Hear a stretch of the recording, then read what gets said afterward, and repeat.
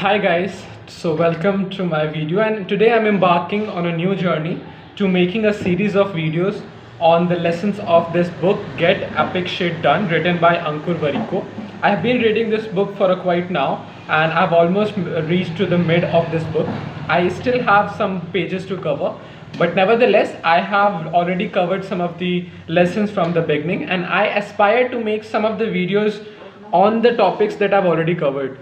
I'm afraid that I read a lot, but I also keep forgetting things as I move forward through the book. So, to solve out this problem, I have been very inspired to make videos on each and every lesson that I go through in order to keep a memory and a track of everything that I learn. And with this, I would also like you guys to learn from me and learn through this book without even having to purchase this book and going through each one of the pages. So recently the very first chapter of this book talks about comparison. So this video would be totally dedicated to comparison. I will try to accelerate my speed and keep my points as brief and to the point as possible. As I know, none of you would be out there as much interested to watch this video till the end. I don't know for what reason. Maybe there is a instant in the inside of a person that this person is not a huge like YouTuber, therefore he must not have rich content to offer. But that's merely a myth. Until you guys see number of followers on my channel, it is hard for anybody to believe that I worth your time. Nevertheless, let's get started with the video. The very first thing, what is comparison? We all know and we all do on a daily basis. My parents keep comparing me with my relatives, and I think you must have been compared by your relatives, by your friends, by your parents at one point of your time. Not just that, even I also compare myself with others, and that's what happens to every human being. So you and I are not no different. Nobody is an exception. Everybody compares. So when everybody is doing this, it means that it is very common among people, and it has been long prevailing things. It has existed in our society forever. I don't know for how long. So what is problem? What is the problem in comparing yourself when it is so popular that each and every individual practices it? Why is it wrong? Well, here I would like to say, some of you might also argue that comparison is not always bad. Let me also address that point. Comparison is of course not always bad, for one reason that once you compare, and if your intention is to derive some motivation out of it, if your comparison induces you to compete and get better, that's a positive comparison. And I would say it's fine as long as it is not hampering your personal peace. That comparison which gives you motivation, which pushes you to push your bar and become a beast, I think it's good and well, compare. But it becomes a challenge and it becomes a threat to a person as soon as the comparison starts to be a nightmare for you. Let's say it takes away the peace, it hinders my concentration, it makes me feel bad about my own self, comparing myself with others on the basis of things that they have and I don't, comparing myself with the others on the basis of looks. They look better than me, they have better things than me, they can speak better than me, so on and so forth. All these things together only indicates one thing, and they are actually pointing towards lack of self-esteem, lack of self-awareness. You might not know how precious you are until you know what you have. Most of the things that you have is a dream for millions of children and people out there. The only reason of unhappiness among people is lack of appreciation and gratitude. Now, if this lecture is over, coming to the point, let's suppose I'll first of all set an example and then also tell you what I learned from this book. Okay, let's begin with the content that I've read from the book. Then on top of that, I'll attach my opinion to it if you guys would like to further listen to it or not. So this book says, okay, let's first of all, this book has started the lesson with a question. A question was asked by a student to his teacher, and the question says, why in this competitive world everyone has to be better than others to be called good? If I want to be good in the society, I have to be better than others. So this straightforwardly points out to comparison. I have to be better than the other person to be good. Now it is simply because of two reasons. One person always thinks for me to win, the other person has to lose.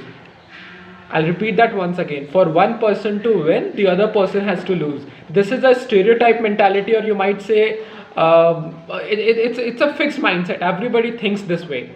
If I am in a class, I would have to sit on the first bench and I have to rank first in order to be better than all the other students. In a class of 30 students, one will rank first and all of the rest of the 29 students will rank below than one. Of course, so it is a fact, man. Even if you believe it or not, but I think it's a fact. No one can not everybody can rank one, not everybody can be on the top places, but and below that first rank, all of those ranks are not waste of time. Like below the rank one, sorry, I'm not going to include this. So that's the concept that this book talks about, and it also says it is not possible for everybody to rank one, but that does not mean that all the other positions and rank that comes below rank one are futile. They are not waste of time. They also hold a position of its own. This ranking system in our society is just a label. It's just a term to address a person. It does not talk about your character. It does not define your worth. It does not define your ability. It is just a system. It's just like a hierarchy. And sadly, in our society, a person's worth is determined by the hierarchical system. But you have to go beyond that, rise above all of this. If you want to live peacefully, you'd have to convince yourself that even if you do not have as much as other, you are still happy with what you have. Because let's suppose that you have a car or you have a vehicle, it has its own individual number. No person in the entire globe has the same car number as yours. No person in the entire world matches the same fingerprint as yours. I think these are a very two common examples, and this should be enough to convince that you are unique. You don't have to be better than others to prove yourself to be good. You are absolutely fine when you are your own self, because you are unique when you are your own self. When you are comparing yourself, you are insulting yourself. And there's a beautiful line written in it: the worst use of time is to compare yourself with others. You better be yourself and try to enhance yourself day by day. The only person you want to compare yourself with is you yourself. You have to be better than how you were yesterday. You don't have to compare yourself with others. Now, the point number 2 that this book talks about, and that is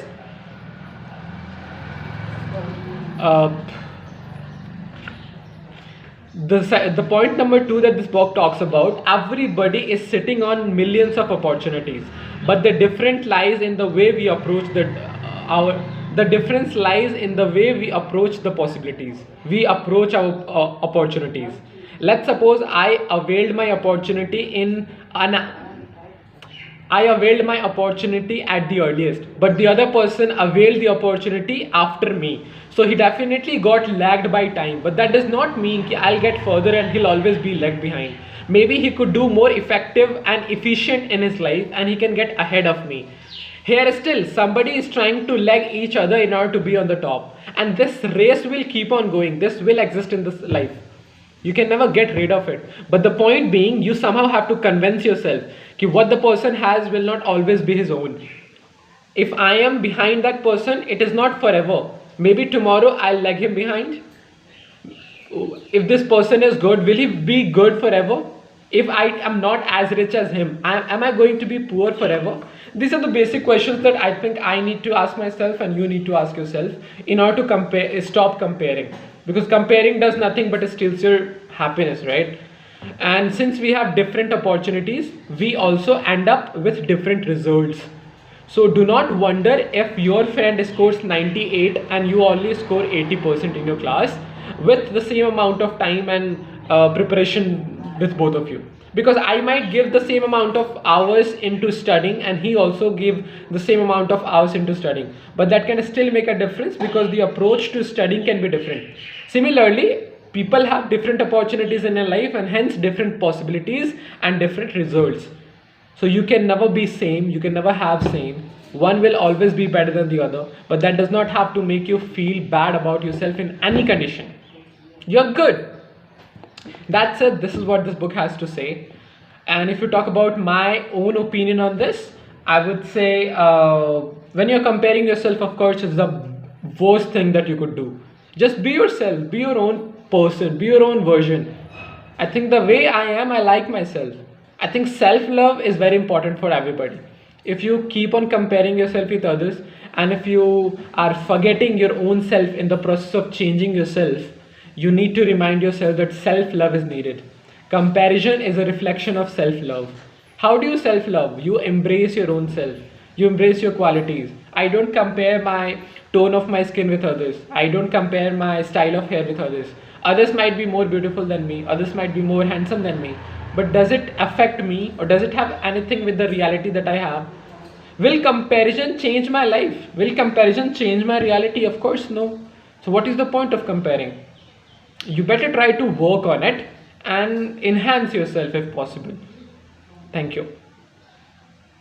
For before I end this video, for such more videos, I'm going to cover many more videos like this on the topic that I will finish from this book. So please consider subscribing to this channel to watch such videos with insights. And if you have any opinion, then comment down. I would love to know about your approach. How do you prevent yourself from comparing, and how do you actually perceive this comparison?